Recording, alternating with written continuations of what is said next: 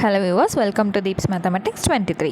So இந்த வீடியோவில் பழைய சமச்சீர் 6ஆம் வகுப்பில் இருக்கக்கூடிய முதல் பருவத்துக்கான முதல் இயல் தாங்க நம்ம படிக்க போகிறோம். ஓகேங்களா? ஸோ ஆல்ரெடி நம்மளோட சேனலில் புது சமச்சீர் 6லேருந்து 12 வரைக்கும் இருக்கக்கூடிய அனைத்து பாடங்களும் நமக்கு என்ன தேவை, எது படிக்கணும் அப்படிங்கிற டீட்டெயில்டான விஷயங்கள் உங்களுக்கு வீடியோ கிளாஸாக கொடுத்துட்டோம். ஸோ அதுக்கு அடுத்து பார்த்திங்கன்னா பழைய சமச்சீர் நம்ம இப்போ ஸ்டார்ட் பண்ணுறோம். ஓகேங்களா?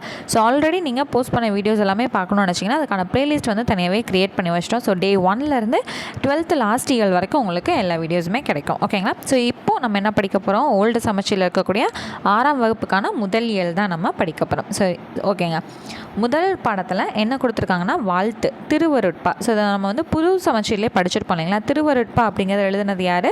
வள்ளலார், அதாவது ராமலிங்க அடிகளார் எழுதியிருப்பார் இல்லைங்களா? ஸோ இதை நம்ம ஆல்ரெடி பார்த்துருக்கோம்.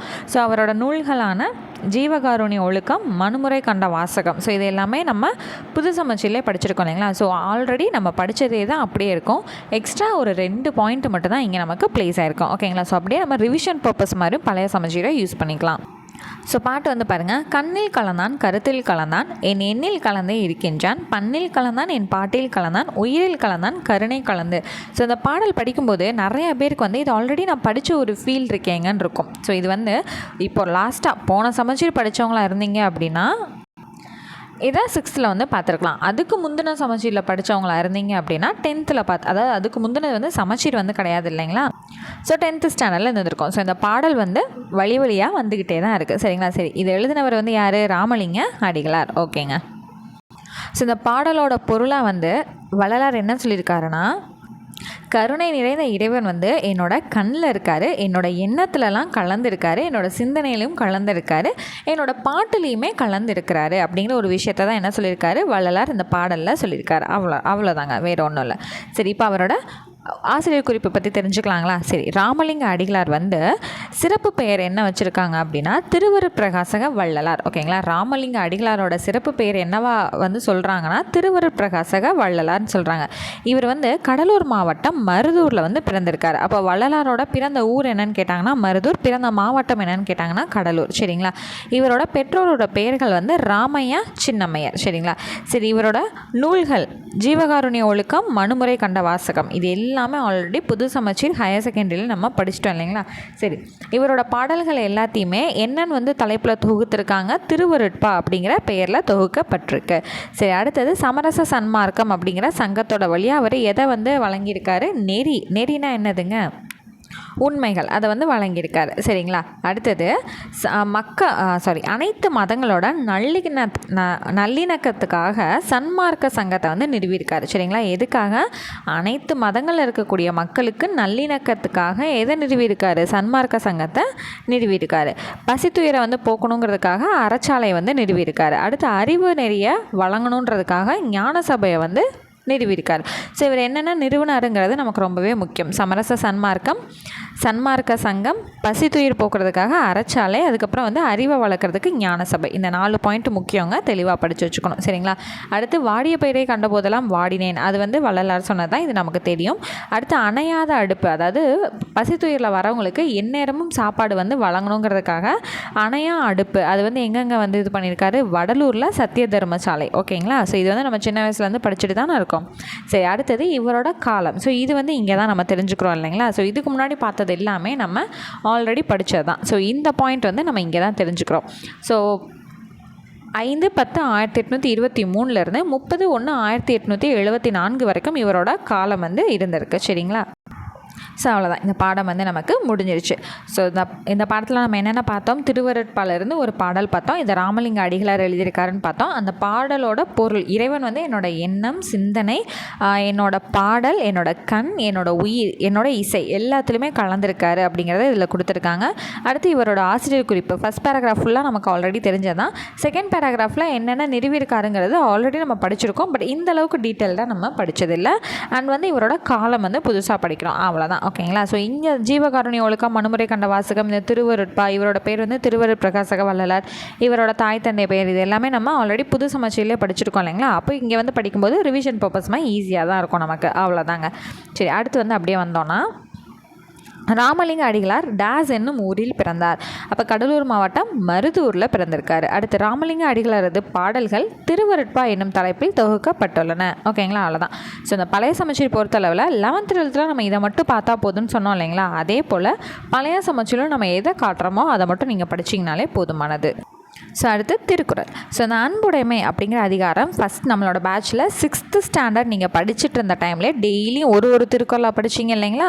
ஸோ அது வந்து எங்கே இந்த 6ஆம் வகுப்பு முதல் பருவத்திலேருந்து இந்த அன்புடைமை தான் நீங்கள் படிச்சிருக்கீங்க. ஓகேங்களா, அப்போ இந்த 10 திருக்குறள் ஆல்ரெடி உங்களுக்கு நல்லாவே தெரியும். ஸோ அதனால் நம்ம எங்கே போயிடலாம், இந்த திருவள்ளுவர் பற்றினா நூற்குறிப்பு ஆசிரியர் குறிப்பு இந்த இதுக்கு நம்ம போயிடலாம். சரிங்களா. ஸோ திருக்குறளை இயற்றியவர் திருவள்ளுவர். ஸோ ரொம்ப ஜென்ரலான விஷயம் தான் இங்கே இருக்கும். ஸோ நம்ம சின்ன வயசாக இருக்கும்போது என்னென்ன தெரிஞ்சுக்கிட்டோமோ அதே தான் வந்து இங்கே கொடுத்துருக்காங்க. ஓகேங்களா.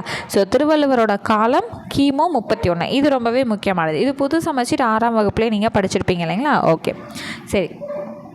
இவருடைய சிறப்பு பெயர்கள் வந்து என்னதுங்க, சென்னாப்போதார், தெய்வப்புலவர், நாயனார். ஓகேங்களா, இது வந்து தெரிஞ்சுக்கணும். அடுத்தது நூல் குறிப்பில் இதில் மொத்தம் 3 பிரிவுகள் வந்து இருக்குது. இது நமக்கு தெரியும். மொத்தமாக 133 அதிகாரம் இருக்குது. அதில் ஒரு அதிகாரத்துக்கு 10 குறள்ங்கிற வீதத்தில் மொத்தமாக 1330 குறள் வந்து இருக்குது. நம்மளோட திருக்குறள் அப்படிங்கிறது 17 கீழ்கணக்கு நூல்களில் ஒன்று. இது வந்து ரொம்பவே முக்கியமான வரிங்க. இதை வந்து என்னன்னு சொல்கிறாங்க, இந்த நூலை முப்பால் பொதுமறை தமிழ்மறைன்னு சொல்லுவாங்க. இதை உலக பொதுமறைன்னு வந்து பாராட்டுறாங்க. சரிங்களா. அடுத்து திருவள்ளுவர் ஆண்டு எப்படி கணக்கிடப்படுதுங்கிறத ஆல்ரெடி நம்ம புது சமச்சீரிலே படிச்சிருக்கோம் இல்லைங்களா. இருந்தாலும் இங்கேயும் தெரிஞ்சுக்கோங்க. ஸோ இப்போ வந்து 2024 வருடமா, அப்போ இதுக்கு வந்து திருவள்ளுவர் ஆண்டு கணக்கிடணும்னா கூட ஒரு 31 மட்டும் ஆட் பண்ணிங்கன்னா என்ன கிடைக்கும், திருவள்ளுவர் ஆண்டு வந்து கிடச்சிடும். அவ்வளோதான். சரி, திருக்குறளை இயற்றியவர் திருவள்ளுவர். திருக்குறள் 3 பிரிவுகளை கொண்டது. திருக்குறள் உலக பொதுமறைன்னு போற்றப்படுது. அவ்வளோதாங்க. அடுத்து திருக்குறளில் 133 அதிகாரங்கள் வந்து இருக்குது.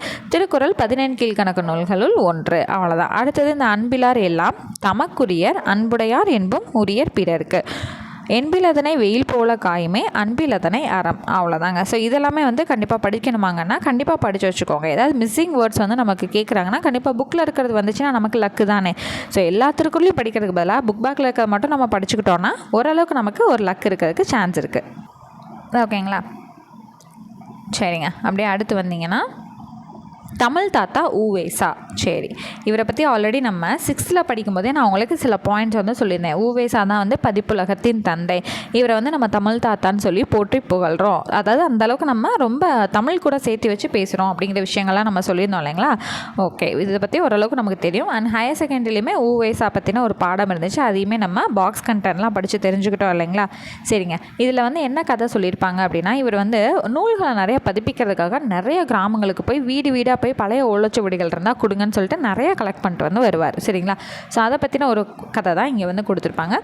நமக்கு தேவையான பாயிண்ட்ஸை மட்டும் நான் காட்டுறேன். உங்களுக்கு ஃப்ரீ டைம் இருந்துச்சு அப்படின்னா அந்த பாடம் முழுக்க நீங்கள் ரீட் பண்ணி பார்த்துக்கலாம். ஓகேங்களா. சரிங்க. இப்போது இவர் வந்து குறிஞ்சி பாட்டு பதிப்பிக்கிறதுக்காக ஓலைச்சுவடிகள் எல்லாமே கலெக்ட் பண்ணிட்டார்.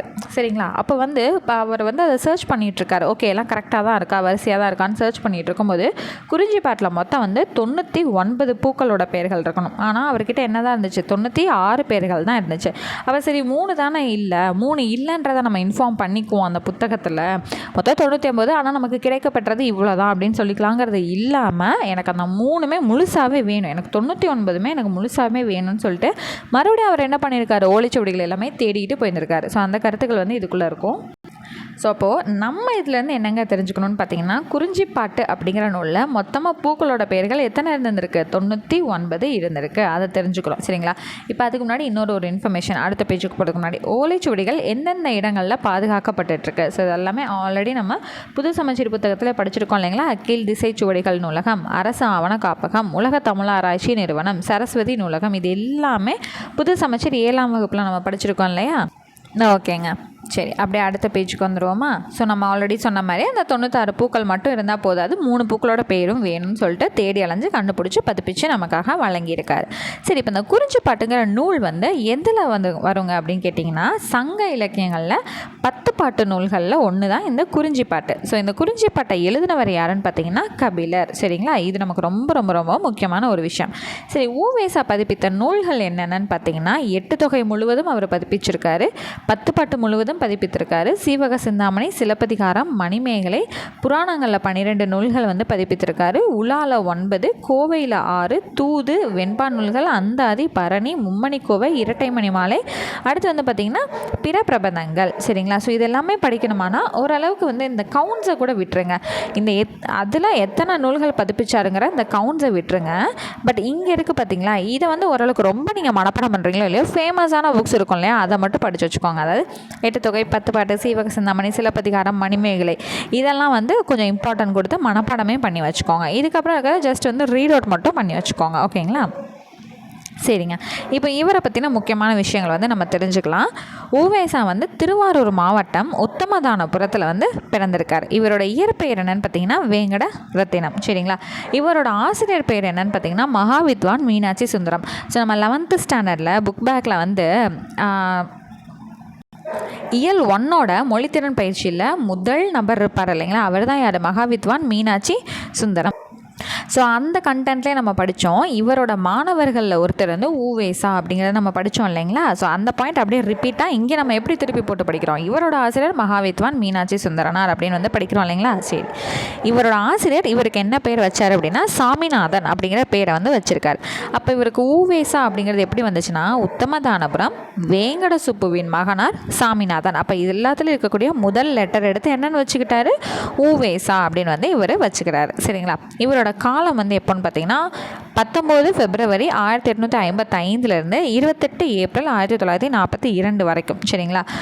ஓகேங்க. இந்த வருடங்கள் முழுக்க இவர் என்ன தான் பண்ணியிருக்காரு, இவரோட வாழ்நாள் காலம் முழுவதுமே பதிப்புக்காகவே தன்னோட வாழ்நாளை இது பண்ணியிருக்காரு. அடுத்தது இவரோட வாழ்க்கை வரலாறை ஆனந்த விகடன்கிற இதழ் இருக்குது இல்லைங்களா, ஸோ அதில் தொடராக வந்து இவரே எழுதியிருக்காரு. அது ஒரு நூலாக வந்து வெளிவந்திருக்கு. என்ன பேர்லனா என் சரிதம் அப்படிங்கிற பெயரில் வெளிவந்திருக்கு. அப்போ இது வந்து நமக்கு ஒரு முக்கியமான 1 மார்க்குங்க. உவேசாவோட வாழ்க்கை வரலாறுங்கிற நூல் வந்து எந்த பெயரில் நூலாக வெளிவந்திருக்கு அப்படின்னா என் சரிதம் அப்படிங்கிறது ரொம்பவே முக்கியமானது. சரிங்களா? அடுத்தது உவேசாவோட நினைவு இல்லம் எங்கே இருக்குதுன்னு பார்த்தீங்கன்னா உத்தமதானபுரம். அடுத்தது வந்து நடுவண் அரசு, மத்திய அரசு இருக்கு இல்லைங்களா, 2006 வருஷம் இவரோட நினைவை போற்றும் வகையில் அஞ்சல் தலை வந்து வெளியிட்டிருக்காங்க. எந்த வருடம்? 2006 வருடம். சரிங்களா? சரி, அடுத்து உவேசாவோட நினைவை வந்து போற்றும் வகையில் 1942 இருந்து சென்னை பெசன்ட் நகரில் உவேசா நூல் நிலையம் வந்து நடந்துட்டுருக்கு. அதாவது தொடங்கி வச்சுருக்காங்க, இப்போ வரைக்கும் இருக்குது. அதாவது லைப்ரரிங்க. சரிங்களா?